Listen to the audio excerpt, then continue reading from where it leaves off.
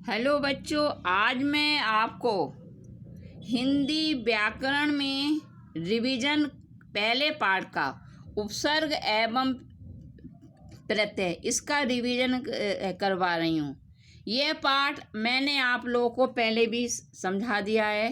अब आपकी चूँकि आपकी यूनिट फर्स्ट की परीक्षाएं आने वाली हैं, उसमें मैं आपका आज से रिवीजन जो है स्टार्ट हो गया है। अब मैं आपको हिंदी व्याकरण का पहला पाठ उपसर्ग एवं प्रत्यय समझाने जा रही हूँ। मैंने आप लोगों को समझाया था कि उपसर्ग किसे कहते हैं, ये कितने प्रकार के होते हैं, उदाहरण सहित विस्तार से लिखिए। तो उपसर्ग की परिभाषा है, उपसर्ग वे शब्दांश हैं जिनका अर्थ स्वतंत्र नहीं होता। जब वे किसी अन्य शब्द के पहले जोड़ दिए जाते हैं तो उस शब्द के अर्थ में मूल विशेषता ला देते हैं या उसके अर्थ को नितांत बदल देते हैं। तो हम वह कह सकते हैं कि वे शब्दांश जो किसी शब्द के आरंभ में जुड़कर उसका अर्थ बदल देते हैं या उसमें विशेषता उत्पन्न कर देते हैं, उपसर्ग कहलाते हैं। तो हम कह सकते हैं कि वे शब्दांश जो किसी शब्द के आरंभ में जुड़कर उसका अर्थ बदल देते हैं या उसमें विशेषता लाते हैं, उपसर्ग कहलाते हैं। जैसे सु उपसर्ग में अगर हम पुत्र शब्द जोड़ेंगे तो सु प्लस पुत्र, तो हमारा शब्द बनेगा सुपुत्र। तो इसमें सु शब्दांश है और पुत्र क्या है, शब्द है। जो शब्द के जो है आरंभ में जुड़कर नए शब्द का निर्माण करता है, वह है सुपुत्र। तो इसमें यहाँ पर सु जो है उपसर्ग है और पुत्र मूल शब्द है। उसी प्रकार से है उपहार, उप प्लस हार, उप इसमें उपसर्ग है और हार इसमें मूल शब्द है। उसी प्रकार से है अनुराग, अनु उपसर्ग है और राग मूल शब्द है। तो इस प्रकार से हम कह सकते हैं, फिर से मैं समझा रही हूँ, वे शब्दांश जो किसी शब्द के आरंभ में जुड़कर उसका अर्थ बदल देते हैं या उसमें नई विशेषता उत्पन्न करते हैं, उपसर्ग कहलाते हैं। जैसे सु प्लस पुत्र, शब्द हुआ सुपुत्र। तो सु यहाँ पर शब्दांश है जो कि पुत्र शब्द के पहले जुड़कर सुपुत्र शब्द का निर्माण करता है। तो यहाँ पर सु जो है उपसर्ग है और पुत्र इसमें मूल शब्द है। सु क्या इसमें उपसर्ग है और मूल पुत्र क्या है, मूल शब्द है।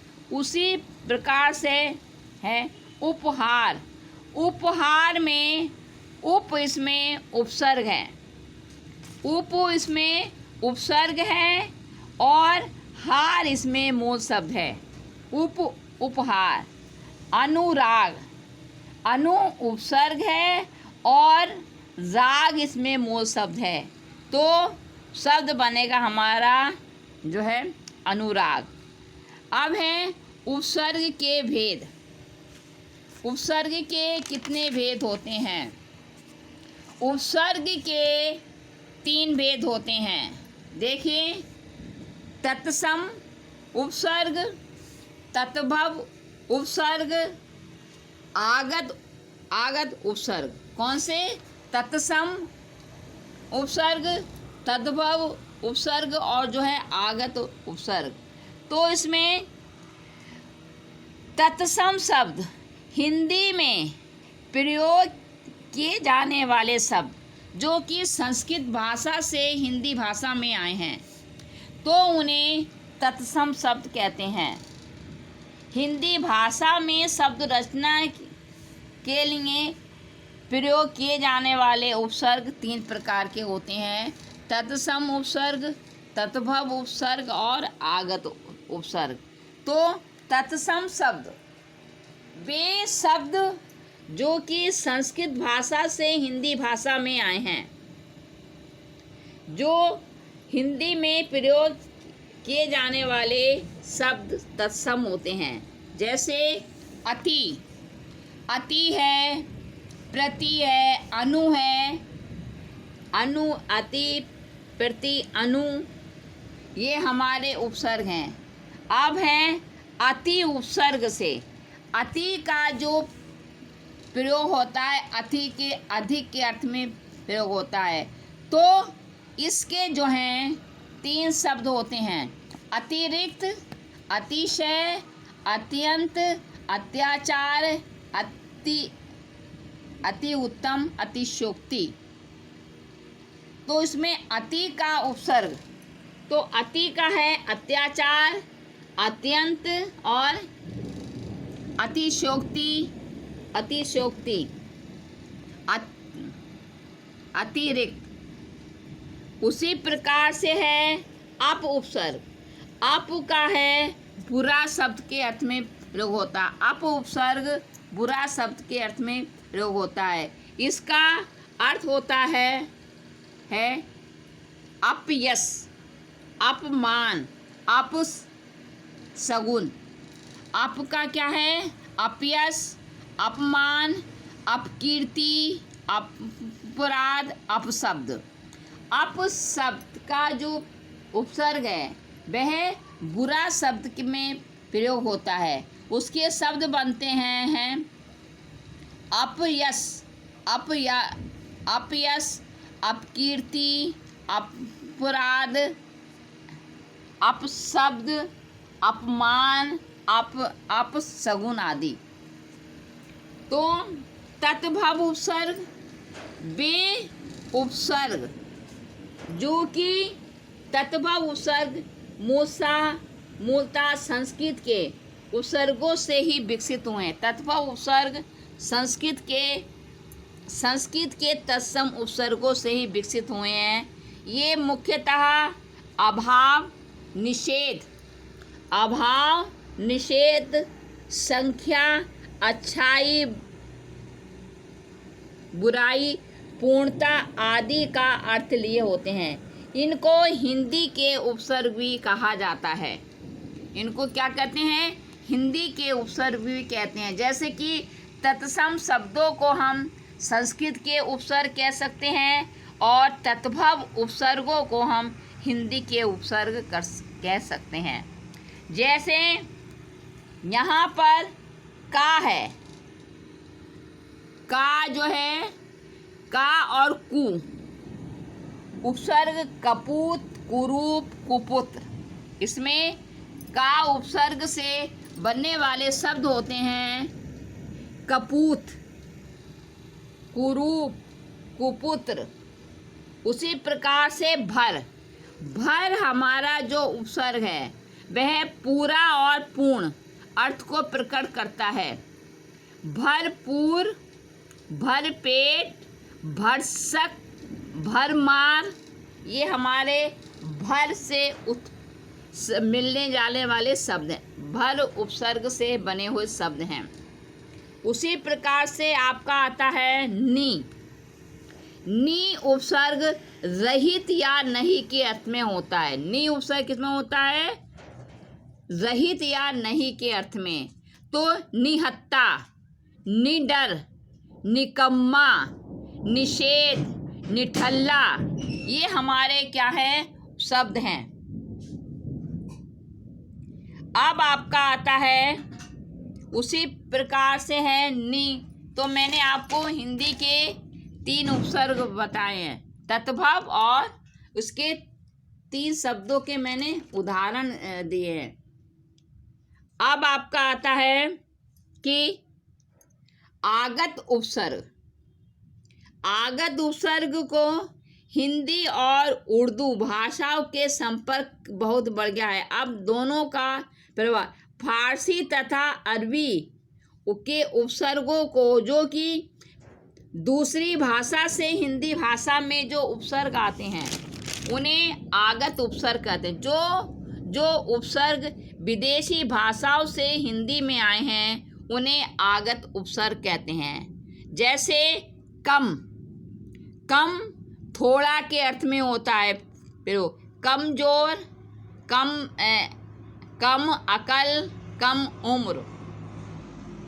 उसी प्रकार से खुश, खुश शब्द का अर्थ होता है अच्छा। खुशबू, खुश जो उपसर्ग है इसका हम प्रयोग करते हैं अच्छा के।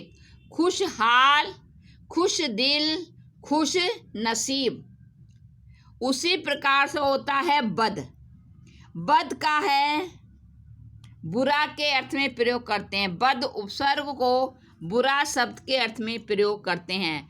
बदनाम, बदमाश, बदकिस्मत, बद दिमाग, बद हवास, ये शब्द हैं। बद हवास, बद दिमाग, बद किस्मत। तो बद उपसर्ग का बुरा के अर्थ में प्रयोग होता है। अब आता आपका गैर, गैर का होता है भिन्न के अर्थ में। गैर, गैर हाजिर, गैर कानूनी, गैर जिम्मेदारी। ये शब्द हमारे जैसे गैर का होता है गैर मुमकिन, गैर कानूनी, गैर हाजिर, गैर मुल्क, गैर जिम्मेदार, गैर वाजिब।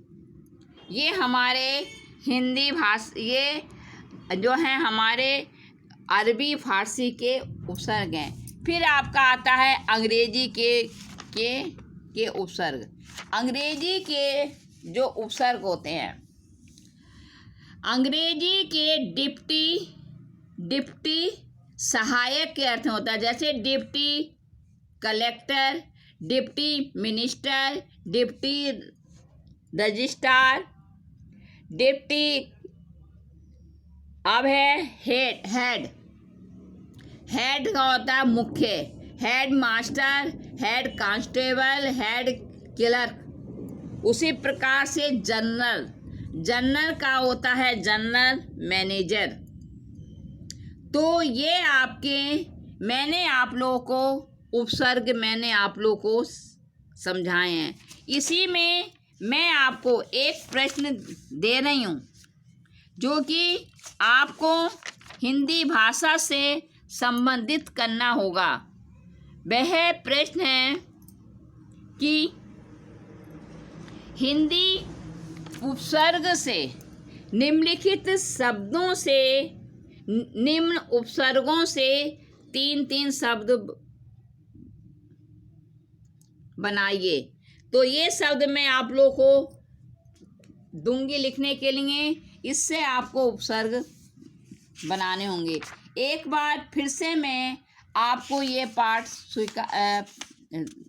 दोहरा रही हूँ जो मैंने आप लोगों को बताया। उपसर्ग मैंने आप लोगों को हिंदी व्याकरण में पहला पाठ उपसर्ग और प्रत्यय समझाने जा रही हूँ। मैंने आप लोगों को समझाया है कि उपसर्ग किसे कहते हैं, ये कितने प्रकार के होते हैं, उदाहरण सहित विस्तार से लिखें। उपसर्ग की परिभाषा। उपसर्ग वे शब्दांश जो किसी शब्द के आरंभ में जुड़कर उसका अर्थ बदल देते हैं या उसमें नई विशेषता उत्पन्न कर देते हैं, उपसर्ग कहलाते हैं। यानी कि वे शब्दांश जो किसी शब्द के आरंभ में जुड़कर उसका अर्थ बदल देते हैं या उसमें नई विशेषता उत्पन्न कर देते हैं, उपसर्ग कहलाते हैं। जैसे सु प्लस पुत्र, शब्द बना सुपुत्र।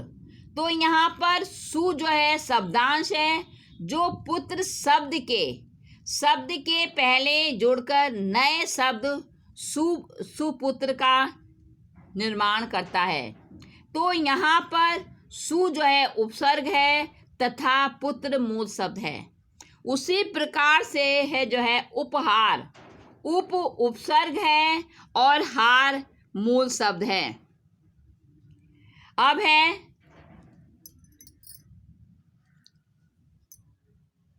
अनुराग।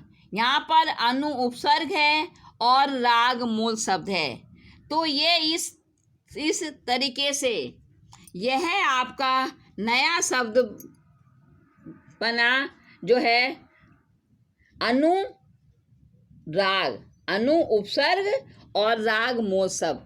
तो आपके जो पेपर में प्रश्न आते हैं बच्चों, दो तरीका से आते हैं। एक तो आपको जो प्रश्न में जो शब्द आपको उपसर्ग दिए होते हैं उनके आपको मूल शब्द मूल उपसर्ग से 3-3 शब्द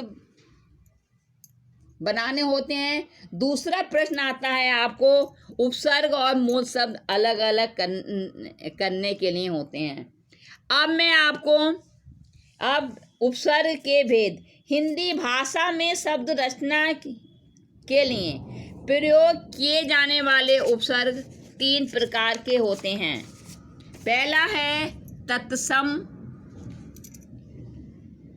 उपसर्ग। हिंदी भाषा में प्रयोग किए जाने वाले तत्सम उपसर्ग संस्कृत भाषा से आए हैं, यानी तत्सम शब्द संस्कृत भाषा से आए हैं। जैसे अति, अति उपसर्ग का प्रयोग हम अधिक के शब्द में करते हैं। इससे शब्द बनता है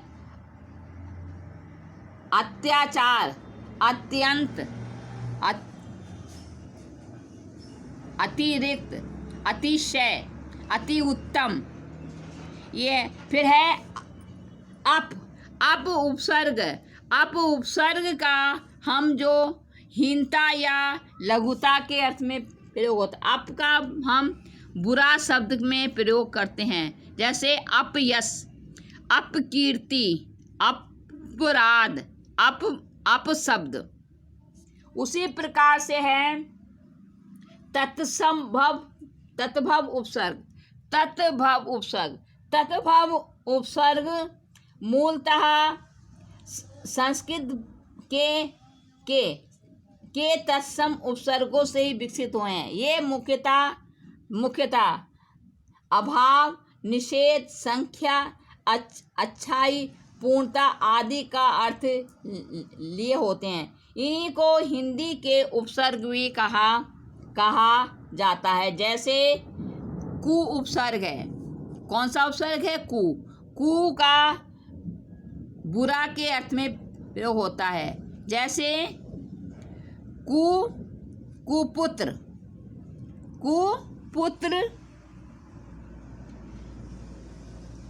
कुरूप, कुचाल।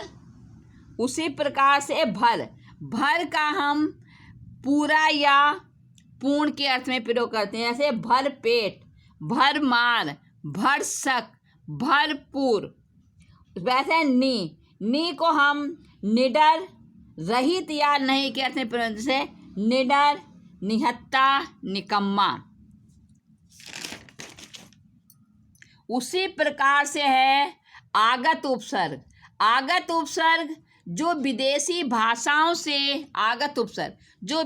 भाषाओं से हिंदी में आए हैं उन्हें आगत उपसर्ग कहते हैं। जैसे अरबी फारसी के जो उपसर्ग, अरबी फारसी के उपसर्ग हैं कम का अर्थ होता है थोड़ा। जैसे कमजोर, कम अकल, कम उम्र। खुश, अच्छा, खुशहाल, खुश दिल, खुश नसीब। बदनाम, बदमाश, बदकिस्मत। गैर, भिन्न के अर्थ में, गैर हाजिर, गैर कानूनी, गैर जिम्मेदारी। अब है अंग्रेजी के उपसर्ग। अंग्रेजी का उपसर्ग है हेड, मुख्य। Head master, head clerk, head boy. अब है डिप्टी। डिप्टी को सहायक के रूप में करते हैं। Deputy collector, deputy minister, deputy registrar. General मुख्य, जनरल मैनेजर। अब इसी प्रकार से अब मैं आपको समझाने जा रही हूँ प्रत्यय। प्रत्यय किसे कहते हैं? प्रत्यय, प्रत्यय बे शब्दांश धातु, बे शब्दांश धातु रूप या शब्दों के अंत में बे शब्दांश जो धातु रूप या शब्दों के अंत में जुड़कर नए शब्द का निर्माण करते हैं, उन्हें प्रत्यय कहते हैं।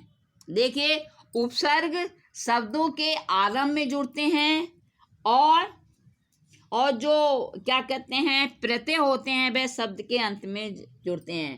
तो जो शब्दांश धातु रूप या शब्दों के अंत में जुड़कर नए शब्द का निर्माण करते हैं, उन्हें प्रत्यय कहते हैं। जैसे महान प्लस ता, पट प्लस अन्य, महानता, महान प्लस ता। महान शब्द में अगर हमने ता प्रत्यय जोड़ा तो हमारा शब्द बना महानता। उसी प्रकार से पठ में अगर हमने अन्य प्रत्यय जोड़ा तो हमारा शब्द बना पठ, पठनीय। अब यहाँ पर महान और पठ शब्द में ता और अन्य प्रत्यय जोड़ा है। प्रत्यय के भेद, प्रत्यय के दो भेद होते हैं। कृत, कौन से दो भेद होते हैं? कृत प्रत्यय, कृत प्रत्यय जो क्रिया के मूल धातु रूप के साथ लगकर, जो क्रिया शब्दों के साथ, क्रिया के शब्दों के साथ जुड़ते हैं, उन्हें हम कृत प्रत्यय कहते हैं। जैसे लिख प्लस आई, लिखाई। झगड़ प्लस आलू, झगड़ालू। मर प्लस यल, मरियल। सज प्लस आवट, सजावट। यानी कि मैं आप लोगों को बता दूं कि जो प्रत्यय होते हैं, प्रत्यय जो शब्द, जो प्रत्यय क्रिया के धातु, क्रिया शब्दों के साथ लगकर विशेषण शब्दों का निर्माण करते हैं। यानी क्रिया शब्दों के साथ लगते हैं और विशेषण शब्दों का निर्माण करते हैं, उन्हें हम कृत प्रत्यय कहते हैं। जैसे झगड़, जैसे लिख। लिख क्या है? हमारा क्रिया शब्द है। अगर हमने इसमें आई प्रत्यय लगाया तो हमारा शब्द बनेगा लिखाई। झगड़, झगड़ क्या है? क्रिया शब्द है। उसमें हमने आलू प्रत्यय लगाया तो हमारा शब्द बना, क्या बना? झगड़ालू। ऐसी मर, मर जो है, मर क्रिया शब्द है। उसमें हमने यल प्रत्यय लगाया तो हमारा शब्द बना मरियल। सजावट, सज प्लस आवट, सजावट। ये अब आता है तद्धित प्रत्यय। ये हो गए आपके तद्धित प्रत्यय। जो शब्द क्रिया के धातु रूपों को छोड़कर संज्ञा, सर्वनाम और विशेषण सूचक शब्दों के साथ जुड़ते हैं, उन्हें हम तद्धित प्रत्यय कहते हैं। जैसे पंजाब प्लस ई, पंजाबी। पंजाब हमारा क्या है? संज्ञा शब्द है। इसमें अगर हमने ई प्रत्यय जोड़ा तो हमारा शब्द बन गया पंजाबी। साल प्लस आना, सालाना। रंग प्लस ईला, रंगीला। भारत प्लस ये, भारतीय। अब आप लोग फिर से मैं बता दूं, प्रत्यय में एक बार फिर से समझा रही हूँ प्रत्यय किसे कहते हैं। जो शब्दांश धातु रूप या शब्दों के अंत में जुड़कर नए शब्द का निर्माण करते हैं, उन्हें प्रत्यय कहते हैं। जैसे महान प्लस ता, महानता। उसी प्रकार से पट प्लस अन्य, पठनीय। क्या शब्द बना है? पट नहीं है। यहाँ पर महान तथा पट शब्द में ना और अन्य प्रत्यय का प्रयोग किया गया है। प्रत्यय के प्रकार, प्रत्यय के भेद दो प्रकार के होते हैं। पहला होता है कृत प्रत्यय के भेद कितने होते हैं? दो होते हैं, कृत प्रत्यय और तद्धित प्रत्यय। कृत प्रत्यय जो प्रत्यय क्रिया शब्दों यानी धातुओं के अंत में लगकर संज्ञा विशेषण आदि शब्दों का निर्माण करते हैं, यानी कि क्रिया के शब्दों के अंत में जुड़ते हैं और उनसे बनने वाले शब्द हमारे संज्ञा या विशेषण शब्द होते हैं। जैसे पंजाब प्लस ई। पंजाब क्या है हमारा बच्चों? संज्ञा शब्द है। अगर हमने ई प्रत्यय लगाया तो हमारा शब्द बनेगा पंजाबी। ऐसी रंग प्लस ईला। रंग क्या है हमारा? संज्ञा शब्द है, धातु रूप संज्ञा है। अब हमने ईला प्रत्यय लगाया तो शब्द हमारा बन गया रंगीला। उसी प्रकार से है साल प्लस आना, सालाना। भारत प्लस ईए, भारतीय। तो इस प्रकार से मैंने बच्चों आपको प्रत्यय, देखिए प्रत्यय दो प्रकार के होते हैं जो हैं कृत प्रत्यय और तद्धित प्रत्यय। कृत प्रत्यय वे होते हैं जो कि क्रिया शब्दों के अंत में जुड़ते हैं।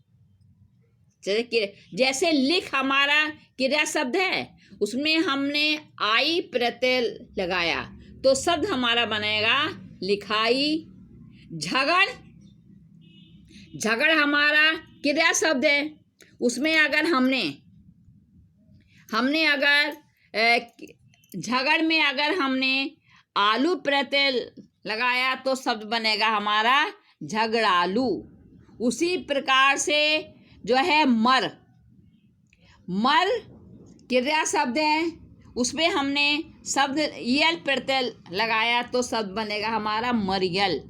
ऐसे सज भी हमारा क्या है? सज भी शब्द हमारा क्या है?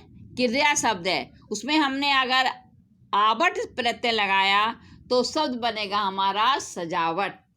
तो इसी प्रकार से देखिए, अब कृपा शब्द क्या है हमारा?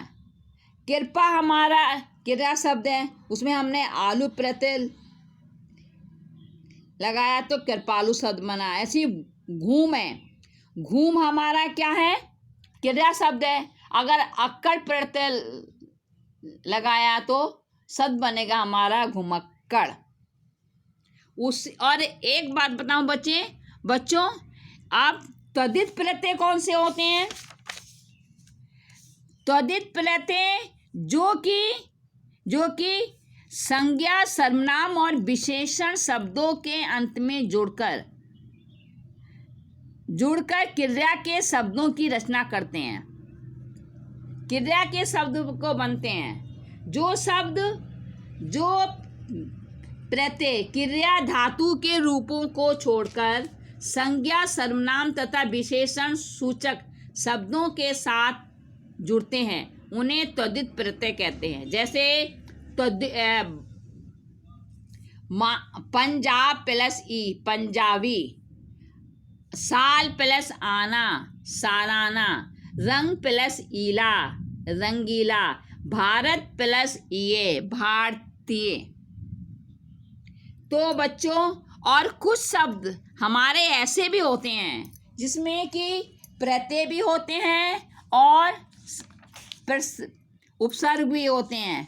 कुछ शब्दों में ऐसे उपसर्ग और प्रत्यय, उनमें आपको उपसर्ग और प्रत्यय दोनों शब्द करने पड़ेंगे। तो उसी प्रकार से जैसे बद चलन, बद चलनी, बेचैनी। जैसे ये शब्द हैं जिनमें उपसर्ग और प्रत्ययों का एक साथ प्रयोग होता है। जैसे बदनामी, बद प्लस ना प्लस ई प्लस बदनामी। बेचैनी, वे प्लस चैन प्लस ई। मैंने ये शब्द भी कराए।